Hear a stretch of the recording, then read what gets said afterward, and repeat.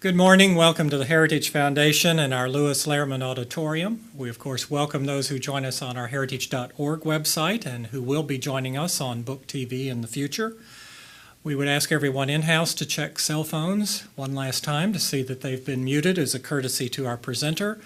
And, of course, we will post the program on the Heritage homepage following today's presentation for your future reference. And, of course, our internet viewers are also welcome to send questions or comments at any time, simply emailing speaker@heritage.org. Our guest today is Dr. Paul Kanger, Professor of Political Science at Grove City College.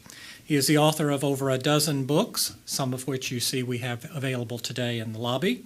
He is a recognized authority on the presidency, the Cold War, and communism. He has extensive experience in Soviet archival research, particularly the Comintern archives on Communist Party USA.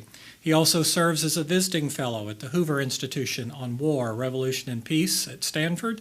He received his doctorate from the University of Pittsburgh's Graduate School of Public and International Affairs and earned his master's degree at American University's School of International Service. He also holds an honorary doctorate from Franciscan University in Steubenville, Ohio. We welcome him today to discuss his latest book, Takedown From Communists to Progressives: How the Left Has Sabotaged Marriage and Our Family and Marriage. Please join me in welcoming Paul Kanger. Paul? Thank you, John. Thank you, everybody, for coming. And thank you, C-SPAN, as well. People who call into C-SPAN say, thank God for C-SPAN, and I second that. There's not many outlets out there that just simply put it out there and let people watch and decide for themselves without the filter and the interpretation and somebody telling you how you're supposed to interpret it. And I would say, too, as well, to people who watch this on C-SPAN, look, this is a provocative topic. I know that, and this will upset a lot of people. I understand that. But if you believe in dialogue and diversity and speaking about these things, I'm open to that. So send me an email. I'm happy to dialogue with you, engage with you on this topic. If you could avoid streams of four-letter words and other really incendiary, over-the-top sort of language that would make the dialogue easier. I tend to ignore the emails that are really, really over the top. But I'd be happy to communicate with you on this and answer any questions. Now, really, people ask me. They said, "Why do you, I'm a Cold War historian of communism, different ideologies, and so forth." And friends of mine emailed me and said, "Why do you want to tackle this issue, right? Marriage and family and you're jumping into the culture war. Why do you really want to do this?" And no, I mean, it's not fun being called all kinds of nasty names, right, for supporting basically what 99.99% of people have their views of marriage and family over the last 2,000 years. But to put your neck out there on the line and get attacked for this, it's not fun. I'd rather not do this. But it's precisely because of my background in these areas, lecturing over and over and over again on the Communist Manifesto and Marx's views on family and Engels on family, that I did have to write this, because I come to this from a historical, ideological perspective as someone who studied the intellectual history, the ideological history. All right, so that being the case, I have a PowerPoint presentation, which my students know I never do. I mean, it's always talk and chalk, and I fill the board with chalk. But a really good student of mine put together this fabulous PowerPoint presentation, and as long as I can press the buttons correctly, I think I'll be all right in doing this. All right, so take down the radical left's assault on the family. This is based on my book, Takedown, which came out just a few months ago. And it is out in electronic form as well as hard copy. And I dedicate this, as it says on the screen, to those with the courage to resist, redefining the teachings of God, nature, their faith, and their ancestors, while liberals and progressives, in the name of tolerance, denounce, debase, dehumanize, demonize, and seek to destroy them. And this is what happens when you disagree with the forces of tolerance and diversity on issues of marriage and family. They seek to destroy you. And so I dedicate the book to the people who are willing to have the courage to stick to the teachings of God, nature, and their ancestors. Started with a quote from Pope Francis, of all things. January 16, 2015, in the Philippines, and I love this quote. It fits so perfectly with the history that I lay out in the book. There are forms of ideological colonization which are out to destroy the family. Think about that term, ideological colonization. That's really very good. It really describes what we're facing here. They are not born of dreams, of prayers of closeness to God or the mission which God gave us. They come from without. The family is threatened by growing efforts on the part to redefine the very institution of marriage, by relativism, by the culture of the ephemeral. Every threat to the family is a threat to society itself. It's absolutely right. You know, one thing that conservatives, you take the spectrum of conservatives to communists, agree on, is the absolute and utterly and fundamental importance of the family, which is why conservatives want to preserve and conserve it, and which is why the most radical leftists have always sought to change it. Right? There's nothing more fundamental than the family. Every threat to the family is a threat to society itself. The future of humanity passes through the family, said Pope Francis. I've written an article recently in response to Francis's trip to the United States called Cherry Picking Pope Francis, which I wrote for The Hill. Some of you could find it online, read a little bit more about his views on marriage and family, which are very misunderstood. Okay, so let's go through the history of this. Karl Marx, there's this phrase in the Communist Manifesto. I mean, my students actually read the Communist Manifesto. All right? Yeah, but nothing bothers me more than when you run, and I run into this all the time out on the road, and young people especially come up to me and say, well, the Communist Manifesto is really a pretty good book if you just stop and read it. It talks about sharing and helping your fellow helping humanity, and I know that as soon as I've heard that they haven't actually read the Communist Manifesto. Because if you read it, it's an awful book. And it doesn't take long to get through it. It's short. In fact, go to Marxist.org and get it online for free. Read Marx's 10-point plan. But he talks about, in fact, he says, the entire theory of the communists may be summed up in the single sentence, abolition of private property. And right there, I mean, my 5-year-old daughter can tell you that if you're going to abolish private property, you're going to have to kill people. And Marx even says, well, of course, in order for this to happen, despotism will be necessary at least for a time. Marx knew that. You'd have to be an idiot to not realize that to abolish private property that you're going to have to use force. But there's a line in there that always jumps out at my students. Abolition of the family! Exclamation mark. Even the most radical flare up at this infamous proposal of the communists. So Marx and Engels in the Communist Manifesto in 1848 could already, at that point in time, not only talk about abolition of the family, but refer to it as that infamous proposal of the communists. So apparently it had been infamous already in 1840. So again, my students will say, Professor, what does that mean? What exactly does that mean? I spent about 2 chapters walking through that very, very carefully, giving some of the pros and cons, citing different scholars on that. But I'll move on. I'll come back to it.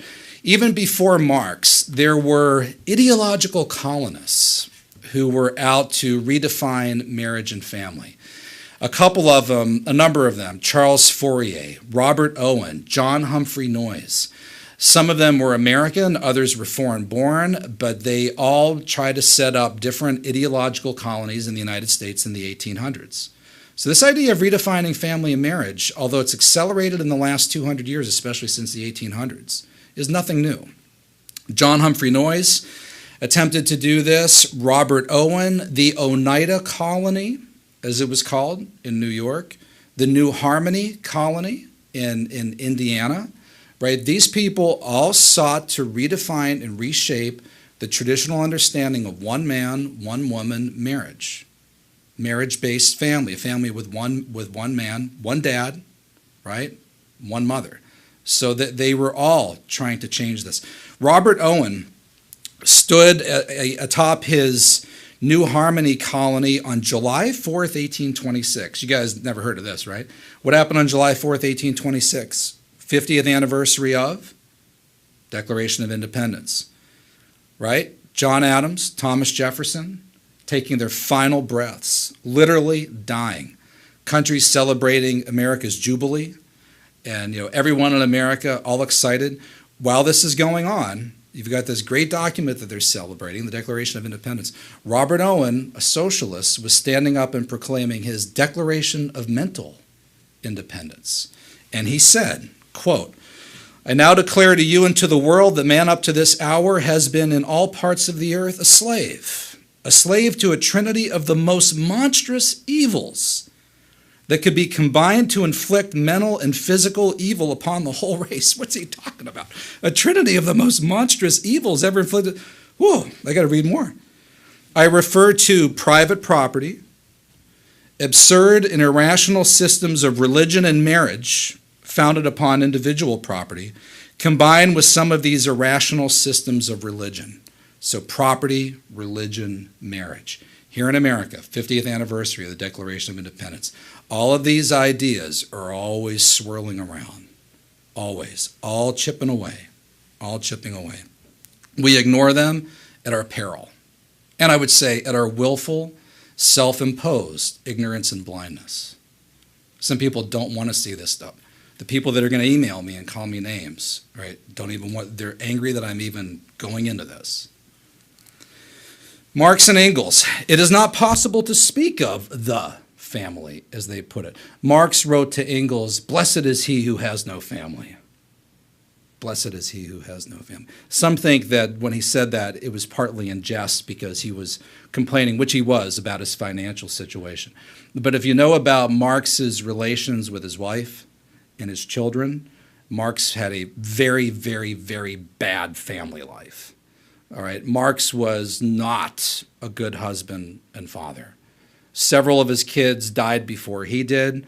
At least a couple of them committed suicide. One of the daughters committed suicide in a suicide pact with her husband, Marx's son-in-law, who Marx denigrated with the most awful racist language because the son-in-law was part Cuban, so he had Cuban blood in him, which Marx saw as an inferior type of blood. Marx cheated on his wife with a family nursemaid to whom he seems to have impregnated. Marx would never acknowledge the existence of the child or that the child was his. As for Engels, he loved that idea. Blessed is he who has no family. He said, right on, comrade, right? Engels refused to get married. Engels had several mistresses, all of which wanted him to make honest women out of them, and he refused to marry them. He didn't like it. He disliked marriage so much he didn't get married. Abolition of the family, bourgeois marriage. Here's one of their quotes, Marx and Engels. "Bourgeois marriage is in reality a system of housewives held in common." A system of wives in common. "The communist revolution," they wrote in the Communist Manifesto, "is the most radical rupture with traditional relations. No wonder that its development involves the most radical rupture with traditional ideas." These guys wanted to fundamentally transform marriage, our notions of property, religion, everything else. "Do you charge us with wanting to stop the exploitation of children by their parents? To this crime we plead guilty. But you will say we destroy the most hallowed of relations when we replace home education by social." If you look at the 10th point and the 10-point plan of Marx and Engels in the Communist Manifesto, it calls for free public education for all children in public schools. They did not want children being educated at home or in churches or religious schools. They wanted children educated in public schools. Marx fulminated against the bourgeois claptrap about the family and education. All right, let me move on here. They also what they hated the most is what was hated the most by Robert Owen. Religion, private property, family, and marriage. And of course, Marx called religion the what? Opiate of the masses, the opiate of the masses. He also said, communism begins where atheism begins, Marx said. Lenin especially despised religion. Lenin said, all worship of a divinity is a necrophilia. Google that one. See what necrophilia means. All worship of a divinity is a necrophilia. I mean, aren't you thankful that you don't have any quotes like that from Washington or Lincoln or Jefferson? That's the founder of the Soviet state. Lenin wrote to Maxim Gorky in 1913, "There can be nothing more abominable than religion." Nothing more abominable than religion. Compared religion to venereal disease. He's trying to think, what's the worst thing out there? I got a necrophilia, venereal disease. That's religion, right? That's religion. Friedrich Engels. So what in his a year after Marx died, he and Engels wrote together. It was posthumous a year after Marx's death. But Engels said this is the book that the Marx wanted to write. They wrote a book on the family, and Engels says in there, with the transfer of the means of production into common ownership, the single family ceases to be the economic unit of society. So what did Engels want to do? Private housekeeping should be transformed into a social industry. Wanted to nationalize private housekeeping. The care and education of children becomes a public affair.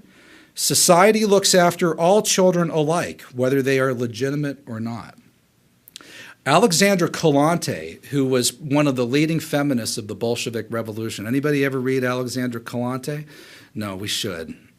I mean, 100 years ago, she was the leading feminist of the Bolshevik Revolution, kind of a Soviet Eleanor Roosevelt, right? Alexandra Kolontai, and she said here, the old type of family has had its day. The worker mother must learn not to differentiate between yours and mine. The worker mother must remember that there are only our children, the children of Russia's communist workers. Communist society will take it upon itself all the duties involved in the education of the child. Now, I'm juxtaposing that next to a quote from Melissa Harris Perry. All right, Melissa Harris Perry, very well educated. Duke, Princeton, Wake Forest, right? Very strong academic pedigree. She's on MSNBC. She's part of the Lean Forward campaign. She's one of the leading intellectual progressives today. And she made this statement a couple of years ago.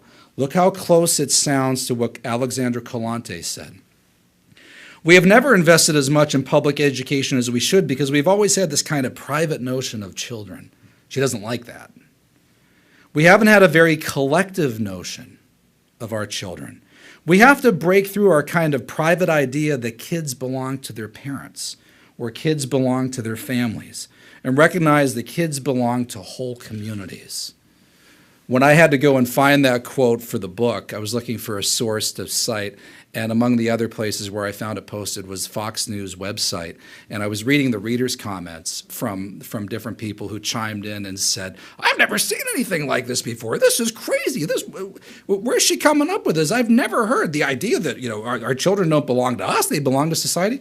Well, it's not new at all.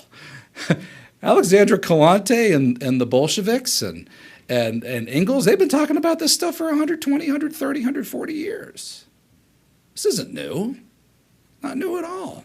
What's new is that there's now a progressive movement in America where people will advocate these things and become spokespeople for the movement with wide public support. That's what's new. In a lot of things, and I show this again and again in the book, in so many of the things that today's progressive movement supports, they're just 50 to 100 years behind what the Bolsheviks supported. And I don't mean that across the board, gulagging people and so forth. Okay, all right. But as you'll see, on abortion, divorce, redefining the family, education, not educating children at home, on a lot of these things, right? Not in 100 out of 100 issues, but on a number of quite remarkable issues. All right, American communists, Bella Dodd and Whittaker Chambers, they talked about the Communist Party and marriage in the United States. So this is Communist Party USA, right? Bella Dodd, member of CPUSA. The party did all it could to push women into industry. The bourgeois family as a social unit was to be made obsolete. I often talked of adopting children, but the comrades dissuaded me. Communism is an all-embracing philosophy which embraces everything you do, which determines the kind of marriage that you have, your relations with your children, your relationship to your community, your relationship with your profession. Whittaker Chambers, the great convert out of communism to eventually conservatism, talked about party marriages, a communist marriage. And a communist marriage was usually a marriage that certainly wasn't done in a church, wasn't in any way sacramentalized, and was very often temporary. They had huge rates of divorce, many of these folks. Long before we have high divorce levels in the United States today. Chambers said, as of the communists, they regarded marriage as a bourgeois convention, and they loathed it with the same intensity with which many middle-class persons loathe sin. Anti-marriage. Divorce in communist Russia, I'll go through this real quick. I got a bunch of different bullet points. But one of the first things that the Bolsheviks did in Russia was legalize divorce. I mean, if you wanted to own private property, if you wanted freedom of speech, freedom of press, freedom of assembly, freedom of religion, if you wanted a fur coat, if you wanted a bank account, all this stuff, all of that, the state got in the way. But baby, if you wanted a divorce, sky was the limit. You were the freest person in the world. Here's a card, fill it out, put a postage stamp on it, take it down, you got it. We'll make this easy. There won't be any bureaucratic state obstacles getting in the way of your divorce. You want a divorce? Go. Go, go, go, go, go, go. State won't get in the way. And very, very, very soon, within 10, 15 years, they saw divorce rates in communist Bolshevik Russia that we had literally never seen before. I mean, people, I cite in the book one example, a study from the late 1960s, and this is published in a book by Harvard University Press, the seminal book on marriage and family life in communist Russia. The quote, "It was not unusual," unquote, to meet Soviet men and women who'd been married and divorced upwards of 15 times. Upwards of 15 times. The Atlantic, in 1926, published a piece titled "The Russian Effort to Abolish Marriage." Remember Marx, abolition of the family, right? Exclamation mark. If divorce was an epidemic in the USSR, abortion was the Black Plague. The other thing that the Russians made sure that the Bolsheviks said, this is going to be really easy to do. If you want an abortion, go. There are no state obstacles. Full privatization. You want an abortion? Go get it. Lenin had written as early as 1913, he promised an unconditional annulment of all laws against abortion. Bolshevik Revolution, of course, was in what year? 1917. By 1920, abortion was made fully and legally available and provided free of charge. By 1934, Moscow women were having 3 abortions for every live birth. We've never been that bad in the United States. I think it's flipped for us, 1 to 3 the other way. 3 to 1 by 1934. There's that many. Abortion got so bad in Bolshevik Russia that Stalin had to ban it. Not because Stalin was any greater promoter of the culture of life, but Stalin said, we're not going to have a population 50 or 100 years if this goes on. This is just, and by the way, you should see Stalin was reprimanded by Trotsky, who was in exile at that point. Trotsky's like, you can't be a good communist and abolish abortion. What are you doing? I mean, come on. But Stalin said, we're not going to have a population if this keeps up. Stalin died March 5th, 1953. He's eventually replaced by Khrushchev. One of the first things that Khrushchev did, as well as a kind of cracking down on religion even stronger, was brought back abortion. Because again, you can't be a good communist and not have abortion. And so by the late 1960s, quote, again, Harvard University Press book, one can find Soviet women who've had as many as 20 abortions. By the 1970s, the USSR was averaging 7 to 8 million abortions per year.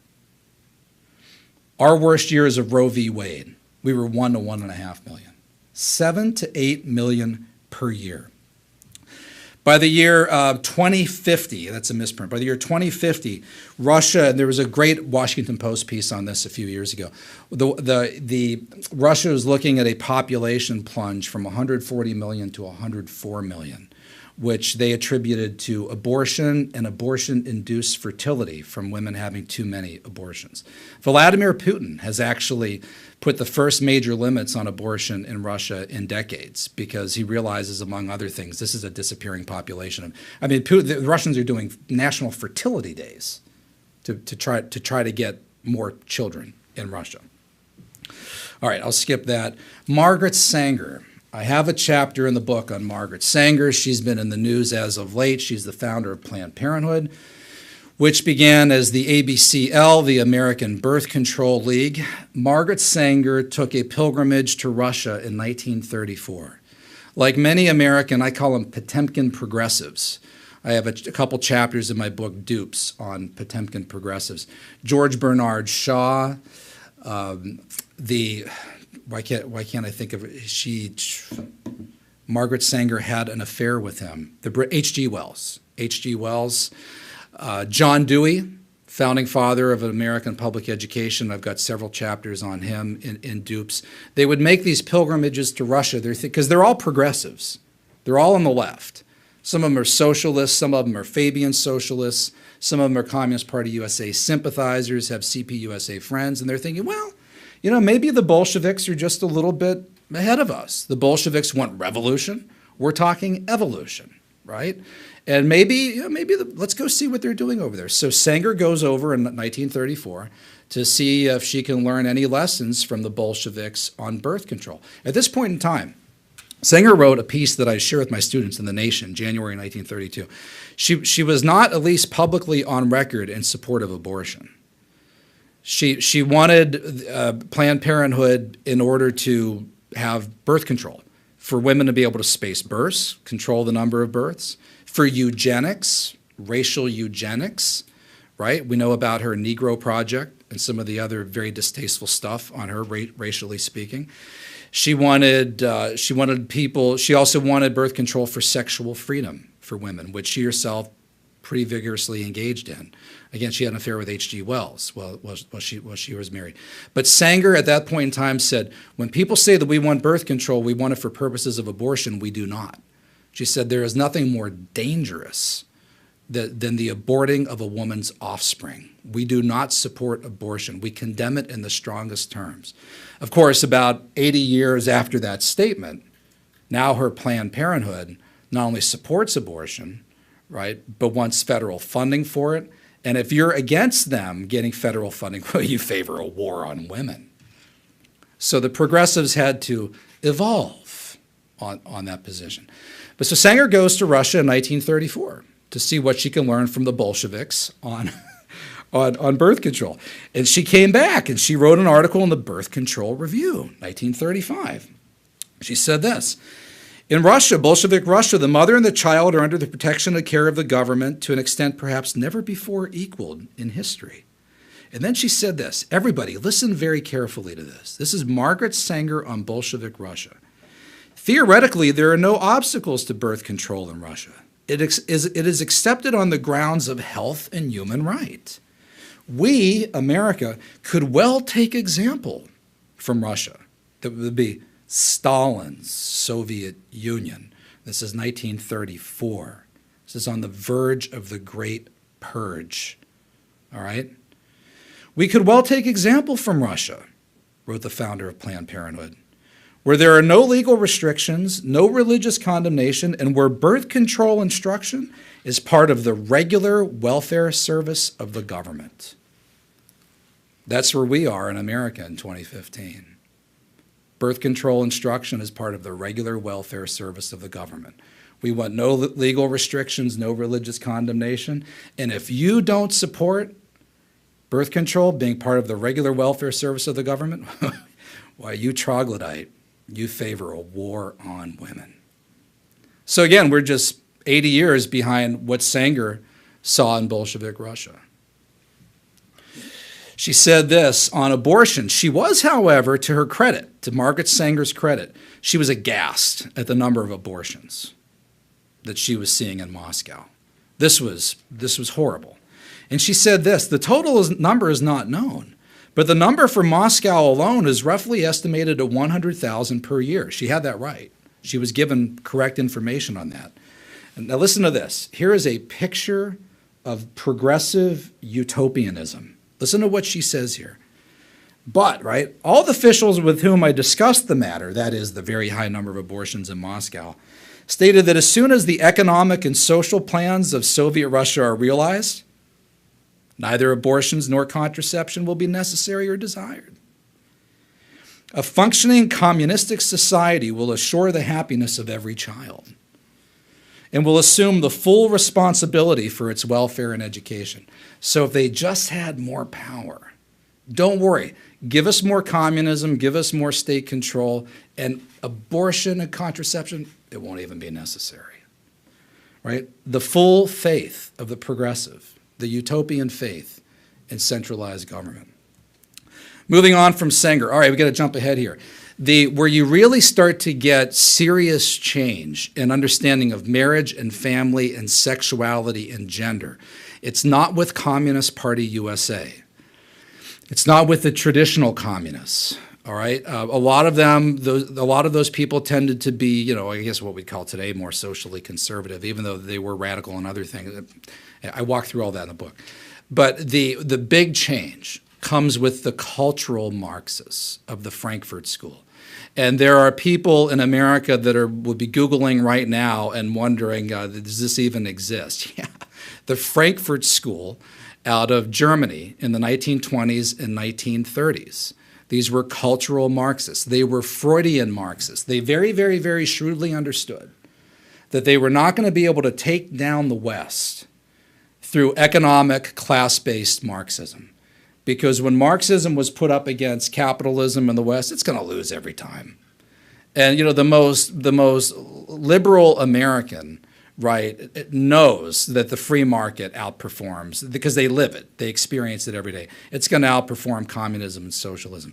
So these guys said the key to taking down the West is through culture, and especially through sexuality, gender, and through the conveyor belts of media, movies, Hollywood, New York, and especially academia, academia, academia. That's the key, the long, slow march through the institutions. They fused Marxism with Freudianism. And these guys began changing and messing with and trying to alter gender, sexuality, sexual relations, argue that people were fully capable of bisexuality. From a very young age, people were fully capable of premarital sex, extramarital sex later, smashing monogamy. Actually, one of the original preachers of smashing monogamy was Engels, long before the 1960s New Left picked it up. But the cultural Marxists, George Lukács was one of the founders. Cultural Commissar, Hungarian communist, 1910s. One of the founders at the Marx-Engels Institute. George Lukács said, "Woman is the enemy." By the way, needless to say, girls, that most of these guys didn't have good marriages. Woman is the enemy. Healthy love dies in marriage, which is a business transaction. The bourgeois family gives off swamp vapors. The bourgeois family gives off swamp vapors. The traditional family stinks. Politics is only the means, said George Lukács. Culture is the goal. So there were a bunch of these Freudian Marxists. They end up needing to flee Berlin because many of them were Jewish. And when Hitler came in and took Germany and his madness, they were forced to flee Berlin. Now, there's very few places in the world that were willing to accept kind of fugitive freaks of Freudian Marxism. I mean, what college is going to roll out the red carpet for that? But there was one, Columbia University. And John Dewey, in particular, lobbied the school president, along with a number of other Potemkin progressives and socialists, and said, these guys are doing fabulous work. Bring them here to the United States. Bring them to Columbia. And Dewey also is thinking, John Dewey is honorary president for life of the National Education Association. And Dewey's thinking, these guys can do fabulous work through my NEA, and they can also do wonderful work through Columbia Teachers College. which was the preeminent teachers' college in the United States at the time. One of the Freudian Marxists was Wilhelm Reich. I have a full chapter on him in Takedown. It's scandalous. I mean, the guy was sexually completely out of control at a very, very young age. You know, trying to have sex in bed with his nanny when he's like, you know, really young. You know, not like 10 or 12, like 6, 7, 8 years old. Chronic, I don't want to say this stuff on TV. Just the things he did to himself sexually were very unusual. Wilhelm Reich said this: marriages fall to pieces as a result of the ever-deepening discrepancy between sexual needs and economic conditions. Wilhelm Reich wrote the book, The Sexual Revolution. Sexual needs can be gratified with one and the same partner for a limited time only, right? Guys, tell that to your wives, right? I'm sorry, honey, but my sexual needs can be gratified from you for only a limited time only, so you know, I need to move on here. It's time to smash this monogamous relationship. This results in the wretchedness of marriage. Wilhelm Reich, divorced.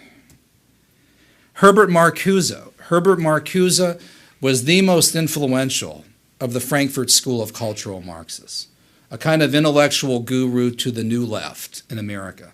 The Weather Underground, SDS, Bernardine Dohrn, Bill Ayers, Mark Rudd, Tom Hayden. These people read Marcuse. Okay? Extremely influential. Taught at about a half a dozen different institutions. Harvard, Columbia, of course, and a bunch of others. Marcuse talked about polymorphous perversity, which was sexuality that included, I'll just read it, oral, anal, and genital eroticism, that eschews a narrow focus on heterosexual intercourse. Marcuse believed that sexual liberation was achieved by exploring new permutations of sexual desires, sexual activities, and gender roles. So you see here, what I'm taking you through is the change over time on the radical far left, right? Traditional Marxist culture. You see, it's all going to culminate to where we are today. All of this stuff helps take us to where we are today. What Freud called perverse sexual desires, that is non-reproductive forms of sexual behavior. Non-reproductive forms. Again, not just with the opposite sex. Marcuse continued. Marcuse was himself heterosexual, but he identified the homosexual as the radical standard bearer of sex for the sake of pleasure. Dennis Altman's book, Homosexual Oppression and Liberation, 1971, quotes Marcuse on polymorphous perversity. Anatomy, Altman noted, has forced the homosexual to explore the realities of polymorphous eroticism. Again, a lot of details here, but it's changing. One last thing on Marcuse, who's cited by the Red Butterfly Collective, a Marxist faction of the Gay Liberation Front. They stressed his ideas on gay liberation in the Gay Manifesto. But one thing, because I got to move on, I'm up against the clock. Marcuse talked about liberating tolerance or repressive tolerance. Think about this. It's very, very important, because you see this on the left all the time today. Marcuse argued, right, that intolerance, exact quote, I want to get the exact quote. Quote, he urged intolerance against movements from the right and toleration of movements from the left, unquote. That's where the left is today. If they disagree with your ideas, right, then they don't extend toleration to you. They tolerate only what they want to tolerate. It's a selective tolerance. By the way, when you only tolerate the things that you agree with, that's not tolerance. All right? It's really easy to tolerate only the things you agree with. Okay? Tolerance is where you say, you know, I totally disagree with you. I even hate your ideas, but you know, we live in a diverse country, and I'll respect your right to have a different point of view. I won't sue you or shut you down or throw you in jail. But Marcuse and these guys are arguing for repressive tolerance, not tolerating ideas from the right. And here's what's fascinating. if you support the concept of male-female-based marriage, which has been the position of 99.99999% of humanity for the last 2,000 years, you're now on the right. And so you shouldn't be tolerated. Marcuse. New Left Marxist Feminist, Betty Friedan's 1963 book, The Feminine Mystique. So here you go into, Betty Friedan was a Marxist. Okay?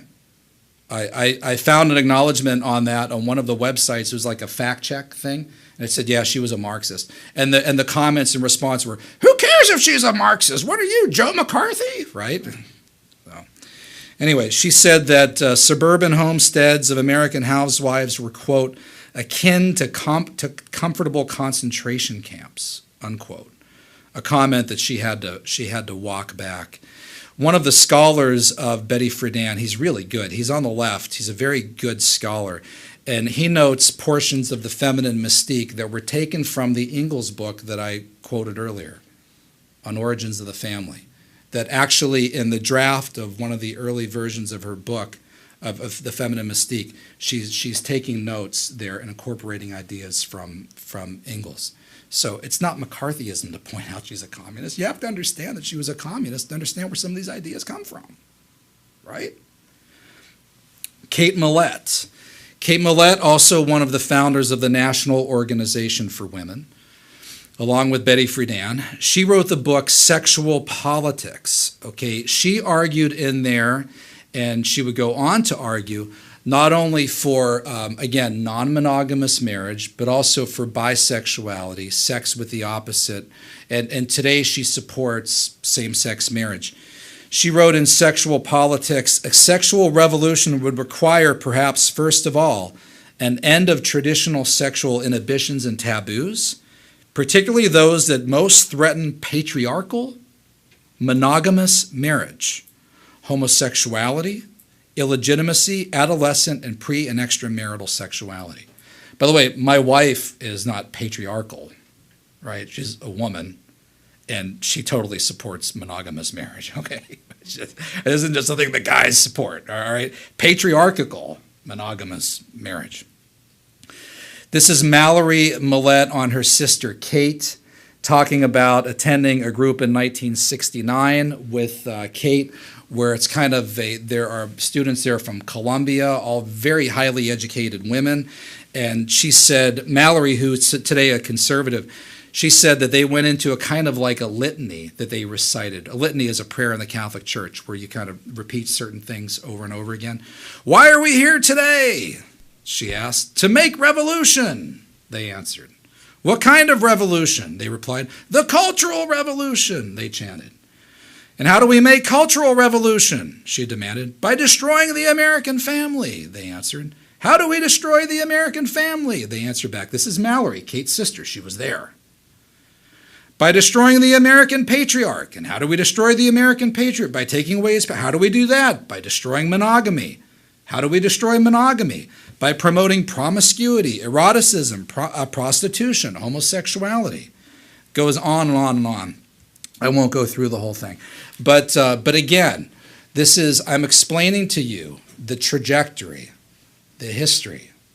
You don't go directly from Marx and Robert Owen to the same-sex marriage, right? You go through cultural Marxism, New Left, Marcuse, all these different things. Here are some of the different people from the New Left in the 1960s. They were cultural Marxists. They picked up the smashing monogamy theme. Mark Rudd, Bernardine Dorn, Bill Ayers, the Red Family Collective, started in the Berkeley Hills by Robert Scheer and Tom Hayden, who had married Jane Fonda. The Red Family Collective. All right, again, experimenting with non-monogamous marriage, multiple partners, group marriages, right? all of this different stuff. Mark Rudd, we blank on all your conventional values, he said, was the way that they thought back then. There were no limits to our politics of transgression. There were no limits to our politics of transgression.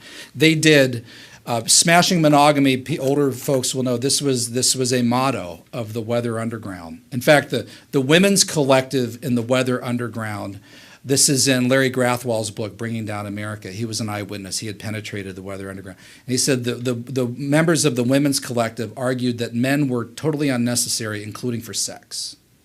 You didn't need men. You didn't need them for a woman. Didn't need a man for sex either. So they're changing all of this stuff.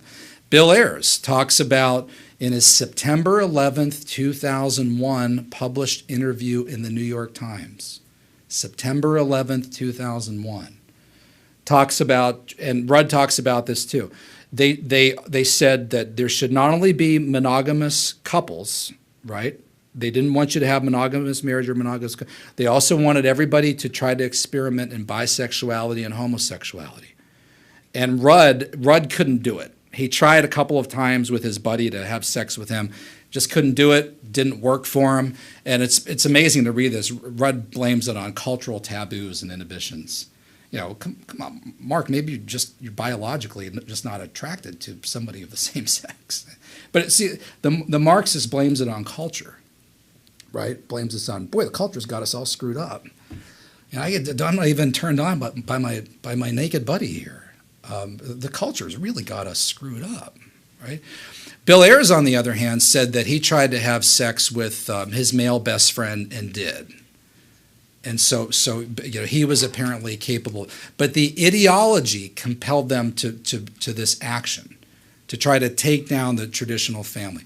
Smashing monogamy, the publisher of Tikkun, somebody help me, the Politics of Meaning guy, Michael Lerner, who was Hillary Clinton's Politics of Guru guy in the 1990s. Michael Lerner, editor of Tikkun, the Jewish spiritual magazine. I think he's a rabbi. Very liberal, very leftist rabbi. He's now in the same-sex marriage movement as well. He was a student of Marcuse. And he talks about when he got married, having a wedding cake that said smash monogamy on it. And he and his wife exchanged wedding rings that were hammered out of down fuselages from American aircraft shot down in Vietnam. Rudd also had one of those rings that he wore. So they exchanged, and according to David Horowitz, Michael Lerner's fiance, the wife that he married, was the daughter of a conservative, military man. And so here they are exchanging rings from downed aircraft in Vietnam over a cake that says smashing monogamy. And their marriage lasted a year. Because this violates this stuff, not just biblical law, but natural law. In fact, Rudd said, we lost a lot of really good people in the Weather Underground because some of the guys and girls were in love and didn't want other partners. They wanted to be faithful to each other. But that went against the code, right? Taking down the traditional family and marriage. I've got to move quicker here. All right, communists and homosexuality. Communists, especially the old guard, CPUSA, they were not pushing homosexuality. They were not pushing same-sex marriage. Again, that really comes with the new left and the cultural Marxists. Even the cultural Marxists weren't pushing same-sex marriage. I mean, nobody was pushing. No matter how extreme, how far to the left you got, Marcuse or Reich, none of those guys were talking about same-sex marriage. I mean, that would have struck the most extreme of these guys as incomprehensible. But homosexuality, the Communist Party USA, they weren't pushing this. A couple of cases, J. Edgar Hoover. J. Edgar Hoover was tarred and feathered and smeared and made fun of by communists. They portrayed him as a cross-dresser, as in those days they called it transvestite. I mean, when the left doesn't like you, man, they could be the worst, biggest homophobes on the planet, all right? So they really went after J. Edgar Hoover. Harry Hay. Harry Hay is the most prominent gay communist pioneer. And, I've read his memoir and the leading biography of him. It's fascinating. Harry Hay the take is that he was expelled from the communist movement because he was homosexual. I think it looks more like he left because he knew that it would cause Communist Party USA problems if he stayed in as a homosexual. And he even says the Communist Party USA did look the other way on certain homosexuals when those homosexuals were useful, the Communist Party USA. Will Geer, who played Grandpa Walton on The Waltons, was the gay lover of Harry Hay, who brought Harry Hay into the communist orbit.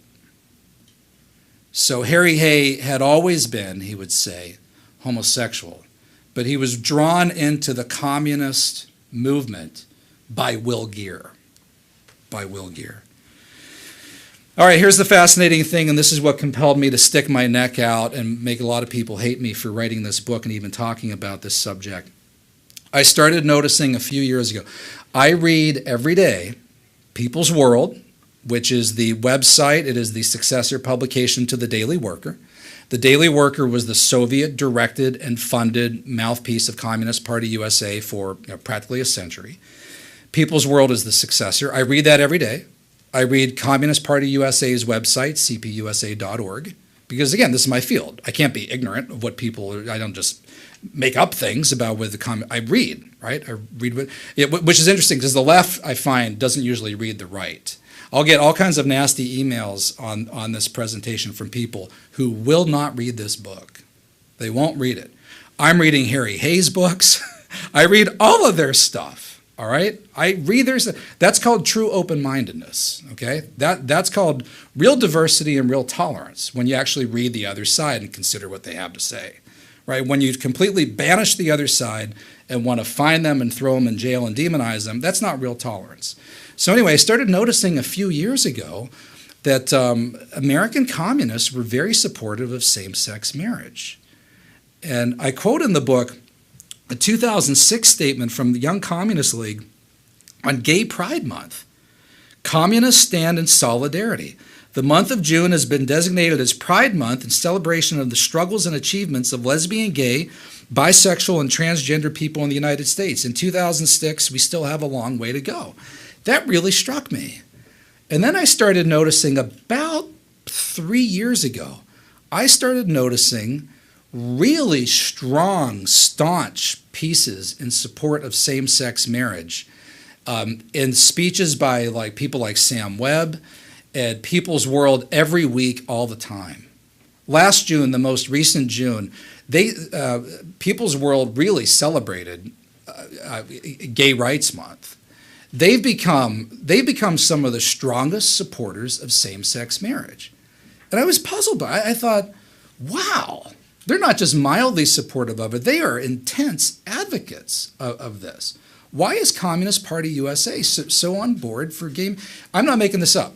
You are literally far more likely to find the colors of the rainbow flag at the website of People's World than a red flag or a hammer and sickle, because they do a pretty good job of actually not totally using the word communist, but they are really out there on supporting the full total LGBT agenda. And those that are against it, they really go after. You should have seen how they went after the state of Indiana on the Indiana religious freedom thing. I mean, the communists hammered them, raked them over the coals. So they are 100% on the full LGBT bandwagon. Then what really blew me away, I've been lecturing on Castro's Cuba for years. And again, my background is communism, right? The communist movement, international, domestic. Fidel Castro was the world's biggest homophobe. Fidel Castro threw gay people in insane asylums, in nut houses. Right, that was one of the least gay-friendly places on the planet. Well, now, and I'll just quote a couple of different things here, the May 10, 2012 Huffington Post. Some 400 transvestites sashayed behind Castro in Havana, doing a conga line through the streets to celebrate the 5th Cuban Day Against Homophobia. Really? They all get thrown in jail? No. The regime supports this. The 5th, observed elsewhere, marchers shouted, "Down with homophobia, long live sexual diversity." Mary Ella Castro, Fidel's niece, says of Fidel, he has done some advocacy work, gay advocacy work. Speaking of the need to make progress in terms of rights based on sexual orientation and gender identity, they are, why is Castro's Cuba on board for same-sex marriage? What's going on here? So to me, this all makes sense when you take it back to the original communist goal, especially when you're talking about Communist Party USA and you're talking about Castro's Cuba, of abolition of the family, of communism being the most radical rupture in traditional relations, right? For them, this all comes together. For them, same-sex marriage gives them the tool that they've been looking for a couple hundred years, where at long last, for the first time ever in the history of the far left, they've got a tool to reshape family and marriage that the mainstream population supports. So this is perfect for them to do what they want to do. And let me say this so clearly, this doesn't mean that same-sex marriage is a communist plot or was given to us by the communists. That's stupid. No one is saying that. And it doesn't mean that the typical same-sex marriage supporter is a communist. They're not. They're obviously not. All right, maybe 1% of the American population is communist.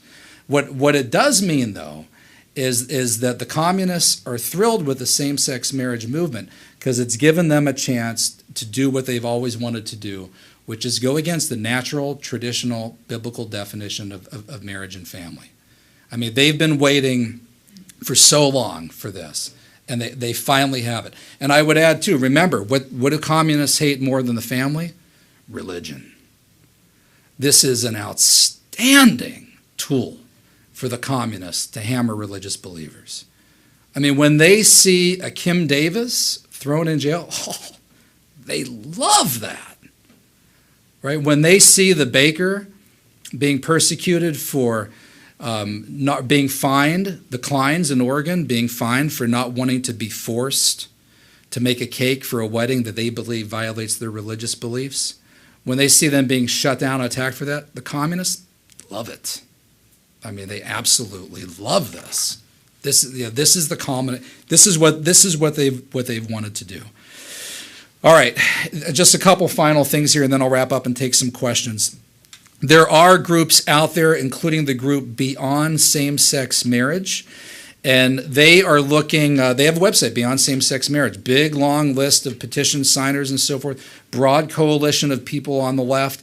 They see same-sex marriage as the chance for them to fundamentally reshape that male-female based marriage bond and create all sorts of additional forms of marriage. I tell people all the time, my problem is far less with same-sex marriage than it is with the fact that what same-sex marriage does is it finally allows at a legal level the ability to break the mold of male-female marriage that has sustained society for thousands of years. Once you break that mold, then you're open to all sorts of new configurations and arrangements, of which same-sex marriage is just one. I think that the best thing for a child is a home with a mom and a dad. That should be what everybody strives for. And by the way, the left totally agreed with me on that for a while. There was this blessed moment in the 1990s, the National Fatherhood Initiative. Bill Clinton. In fact, I started the opening of this book by quoting a wonderful, beautiful Father's Day speech in 2007 by a senator by the name of Barack Obama on how important it is to have dads at home. The left agreed with this. But now the left is actually supporting fatherless homes because a female-female marriage will be a home without a dad. In fact, it's crazier than that. They're supporting motherless homes because a male-male marriage will be a marriage without a mom. So this is entirely new ground. But there are people on the left who want to break this ground so that they can create other forms of configurations of marriage. Again, beyond same-sex marriage. Two last slides. Paula Edelbrick, former legal director of Lambda Legal Defense and Education Fund, quote, being queer means pushing the parameters of sex, sexuality, and family and transforming the very fabric of society. Transforming the very fabric of society is a big deal. We must keep our eyes on the goals of providing true alternatives to marriage and of radically reordering society's view of reality. Radically reordering. All right, that's big stuff. Masha Gessen, the writer, author, and gay rights activist, it's a no-brainer that homosexuals should have the right to marry, but I also think equally it's a no-brainer that the institution of marriage should not exist. Fighting for gay marriage generally involves lying about what we're going to do with marriage when we get there. Look, I'm not trying to change that. That's done. Again, my point is, by redefining the original standard for marriage, you're opening the door to all sorts of, and I warn people on the left, this is going to lead to arrangements that you don't like, all right, that you don't like. And you will have made it possible, though, by breaking that original mold, all right? It won't be my fault, right? Fighting for gay marriage generally involves lying about what we're going to do with marriage when we get there, because we lie that the institution of marriage is not going to change, and that is a lie. Well, of course, right? You're changing it. You're redefining marriage. You're changing it. The institution of marriage is going to change, and I think it should change. And again, I don't think it should exist. She said, I don't like lying and creating fictions in my life. She said, that's not why I came out of the closet a few years ago. Listen to this final statement from her. I have 3 kids who have 5 parents, more or less, and I don't see why they shouldn't have 5 parents legally. Check out the piece at the Ruth Institute, Jennifer Roback Morse's website, from a girl who wrote, Masha Gessen, I had 5 parents and it sucked. All right? It's not fun to have 5 parents. It's very confusing for a little child. I have 3 kids who have 5 parents, more or less. I don't see why they shouldn't have 5 parents legally. I met my new partner, and she just had a baby, and that baby's biological father is my brother, and my daughter's biological father is a man who lives in Russia, and my adopted son also considers himself his father. So the 5 parents break down into groups of 3. And you kind of need a board to outline this. And really, I would like to live in a legal system that's capable of reflecting that reality. And I don't think that's compatible with the institution of marriage. I'm not saying that all these people can't love the child, right? But the most stable thing for society, for people, has always been a kid with a mom and a dad. And let me add here, too, because I know there's probably gay people yelling at the TV that are watching this on C-SPAN. They'll point out, hey, you Christians, Ken Gore, pretty darn good job yourself of screwing up marriage. You're right. Totally. Absolutely. No question about that. No question about it. And we've desacramentalized, desacredized marriage. No question about that. However, all right, out of the last 2,000 years, male-female marriage did really, really, really well for about 1,980 of them. Okay? And these recent self-inflicted wounds to marriage are a blip on the historical radar. But even with as much as Christians and other people and heterosexuals have screwed up marriage, they didn't redefine it. They didn't break the mold. What's so different about same-sex marriage is it redefines it. And once you've decided that you have the ability to redefine it, and to call marriage, which always only meant a male-female bond, once you feel that you can redefine these terms and call them whatever you want, as Anthony Kennedy does. Anthony Kennedy did that in 1992, KCV Planned Parenthood, with a mystery clause, where he said that being an American, liberty in America, means coming up with your own meanings of meaning, your own definitions of life, mystery, right, the universe, while also being an American today means coming up with your own definition of marriage. There's a danger in that, right? Again, I tell people on the left, look beyond same-sex marriage. My problem is less with that than the redefinition that this will allow. Wrap up. Am I done here? Okay, this is the last slide real quick. What's so shockingly different about today's people who are redefining and reshaping marriage as compared, and the people who are attacking the natural traditional standard, the typical same-sex marriage supporter today, and the new left Marxist of the 60s, the cultural Marxist of the 30s, Marx and Engels, what do they all share in common? not that they're all communists. What they all share in common is the notion that there is not a fixed, natural, traditional, biblical absolute for marriage and family.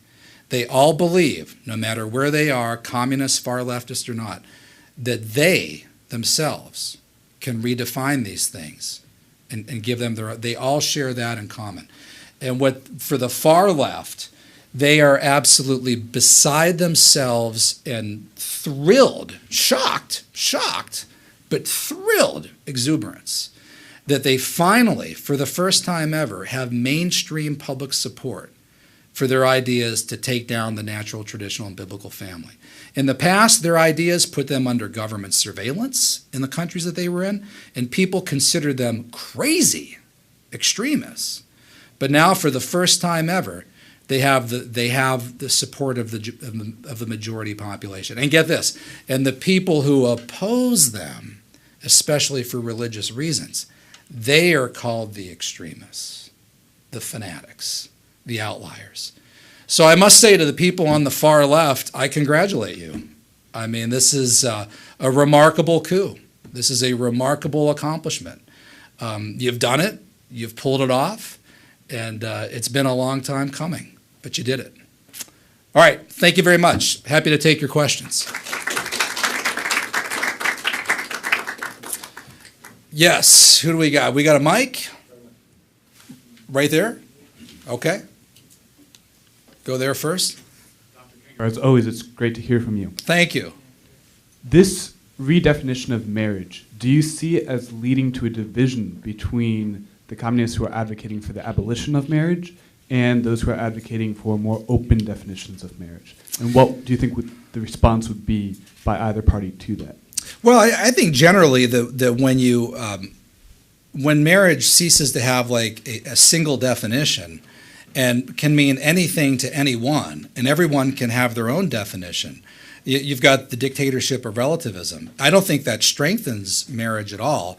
I think that at some point it makes marriage almost meaningless, to where you could have so many different conventions and understandings. I should add here too as well that again for gay people who are listening, the heterosexuals also separated the procreative function from marriage. And so gay people will say, look, you heterosexuals, don't give me this jive about how marriage is about reproduction. It's not. For some it is. So, don't tell us that to be married is about reproduction. We don't have to have, and that's true. That's absolutely right. So, again, heterosexuals have done a really good job of screwing up marriage themselves. But there's a real danger here in breaking the mold. And read Justice Kennedy's decision, do a little bit of Googling on it, and you'll find that very, very, very quickly, people were posting things on different websites saying that by Kennedy's definition, you cannot deny that man and 3 women in Montana or wherever that now want their marriage equality. They now want their marriage rights. And those people are saying, wait a second, if love wins, well, there's 3 of us here, we love each other. If consenting adults should be allowed to form a marriage, we're consenting adults. We all agree. I'm not forcing the 2 women here. They're not for, where are our marriage rights? Where is our marriage? Are you saying that our love is illegitimate? And we have kids, or we want to have kids. Are you saying to them that our love, our marriage is illegitimate? So by using that exact same rationale, that exact same thinking, you cannot deny that group marriage. You can't. And you're also using that same language and that same standard. You're not going to be able to deny the Muslim man who wants 4 wives. I mean, he's going to be able to point to that same logic. And when that happens, I know you'll try to establish some boundaries, but it'll be too late because you'll have broken the mold. And it will not have been my fault because I'm arguing for, the male-female standard that's been around for 2,000 years. I know a lot of religious folks don't like to see this, but I say all the time that you wouldn't have this church-state acrimony and this battle with religious believers if gays had done civil unions. Now, I know gay people say, well, yeah, but, Ken Gore, you and a lot of your conservative Christian buddies don't support that either. Well, maybe not religiously speaking, but certainly at a legal level. What's made this such a battleground with Christians and people like Kim Davis and others, and Kim Davis is different because she's actual clerk who gives out marriage licenses, but certainly the baker, the photographer, and folks like that, is that for them, they believe that marriage was ordained by their Creator, by God. They believe that they have no right to redefine it. They think that they would be sinning, blaspheming their God, if they rendered unto themselves, if they arrogated unto themselves the ability to do something that was the unique province of the laws of nature and nature's God. I mean, when I pass into the next world, I got enough to answer for. I don't want to have to stand up there and say, well, and I also redefined your marriage stuff while I was at it. They believe that they don't have the right to do that. And if you really believe in tolerance and diversity, you ought to respect the right to disagree and not call them all kinds of names. That's just not right, right? And by the way, as a Christian, I believe in tolerance too. I call it charity. And my charity also means that I think it is sinful to persecute, attack, or hurt people because of their same-sex attraction. So it's my same Christian belief system that condemns that, but also tells me that I can't redefine marriage. So be real careful about wanting to attack my religious faith, because it also does things that leads to genuine tolerance to people whose sexual lifestyles that I disagree with. Another question. Down here? Yes. I just heard, you may have said this already. Microphone. It'll pick it up on, yes. Thank you. You may have mentioned this because I came in late, that it's now something that same-sex partners do is they're going into foster homes and adopting and just moving in on the foster children that are throughout the country. Yes. Oh, yeah. Same-sex adoption. That is, I think that's, Ann Hendershaw wrote a piece for Crisis Magazine on this. I think that might have been a motivation in one of Putin's reasons for trying to ban adoption of Russian children in the United States. He had other reasons, and it had to do with political, and I've written on this as well. Please do research on it. There's a number of different layers to why Putin did what he did. But among other things, I think Putin also wants more Russian children to stay in Russia because of the infertility problem. But that too, that's a redefinition of the family as well. By the way, Pope Francis, who again just came to the United States, when he was Cardinal Bergoglio in Argentina, called same-sex adoption and same-sex marriage, quote, a product of the father of lies, unquote. And just Google Pope Francis, National Catholic Register, father of lies. And, liberals, you'll find that this man has a lot of views on marriage that you don't like at all. But again, he's also very tolerant, charitable toward people of same-sex attraction.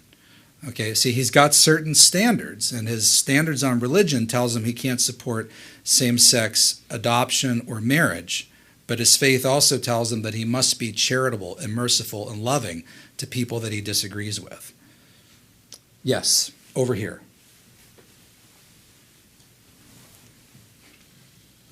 Al Milliken, AM Media. What is your viewpoint on someone like David Horowitz? I did find it significant when I was having a conversation with Bill Ayers, the disgust that he held him in, which I know they used to be friends and colleagues, comrades. Yeah, Horowitz and Ayers, yes, in particular. Oh, yeah, I mean, Horowitz is obviously completely broken with all of them. I quote Horowitz a number of times in this book, and Ron Radosh as well, two excellent, outstanding former communists who do just such great work today.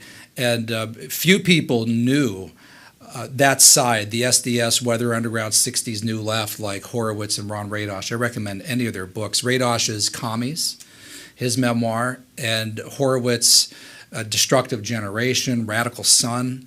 So, but they saw all of this, and Horowitz and Radosh understand to the difference between the old communists, the more orthodox, class-based, economic-based Communist Party USA types, and the new left, 60s communists. And you have to understand, again, this cultural Marxist element. That's where things really change. All right, that's why I beg people on the left, don't caricature my argument. Don't simplify it. I mean, there's this trajectory, right, that goes from 1800, early 1800s up to today. People don't just wake up one day and walk out of Starbucks and redefine the institution of marriage. I mean, there had to be chipping away at different parts of this over and over and over again, right? You don't just wake up and one day completely reject as hatred the views on marriage and family that was held by your grandparents, your great-grandparents, your great-great-grandparents, your great-great-great-grandparents, your great-great-great-great-great-grand. Do I need to go on? Should I belabor this point? I think maybe I should. Great-great-great-great-great-great-great-great-great-great-great-great-great-grandparents. They're not all just wild hate mongers and homophobes. All right? I mean, people have reasons for it's so cruel to just simplify all of this stuff and attack the people who disagree with.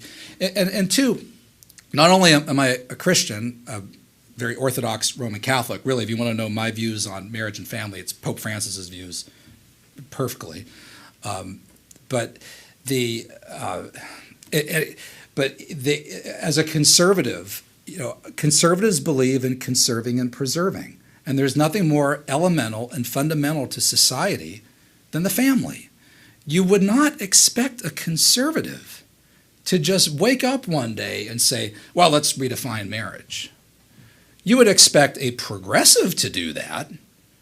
I mean, what does progressive mean? It means they're always changing. They're always evolving, which also, by the way, means that progressives, liberals, 20 years ago, right, the vast majority of the Democratic Party supported the Defense of Marriage Act. So did both Clintons, right? Barack Obama did just a few years ago, right? That was on male-female marriage. Now, 20 years later, they've all changed, and if we continue to hold the position that they did, which was the position of all of our ancestors for 2,000 years, we're called the extremists. You say, wait a second, we have your position that you all held on marriage, and were you guys haters then, right? And what this also means that is if you ask them, okay, hey, it's 2015, what will your position on marriage be in 2035? Will you support marriage between a man and 3 women? Or would you support a 3-woman marriage? And right now they might be yelling, no, we don't support that. Okay, well, but the truth is, you don't know what your position is going to be in 2035 because the essence of the progressive is that things are always changing. They're always progressing. They're always evolving. Margaret Sanger writes for The Nation in 1932 that there's nothing more awful than abortion. We do not support abortion. Now today, Planned Parenthood is America's largest abortion provider, and if you don't support it with your tax dollars, then you hate women. So they're always changing. You know what the progressive position will be on marriage in 2035? They'll tell you when they get there. They don't know what it will be now either. They'll tell you when they get there. But you can be sure of this. When they get there, and it's different, and it will be, if you don't support their position, they'll call you the wildest extremist. That's what they do. Yes? Last question? Okay, last question.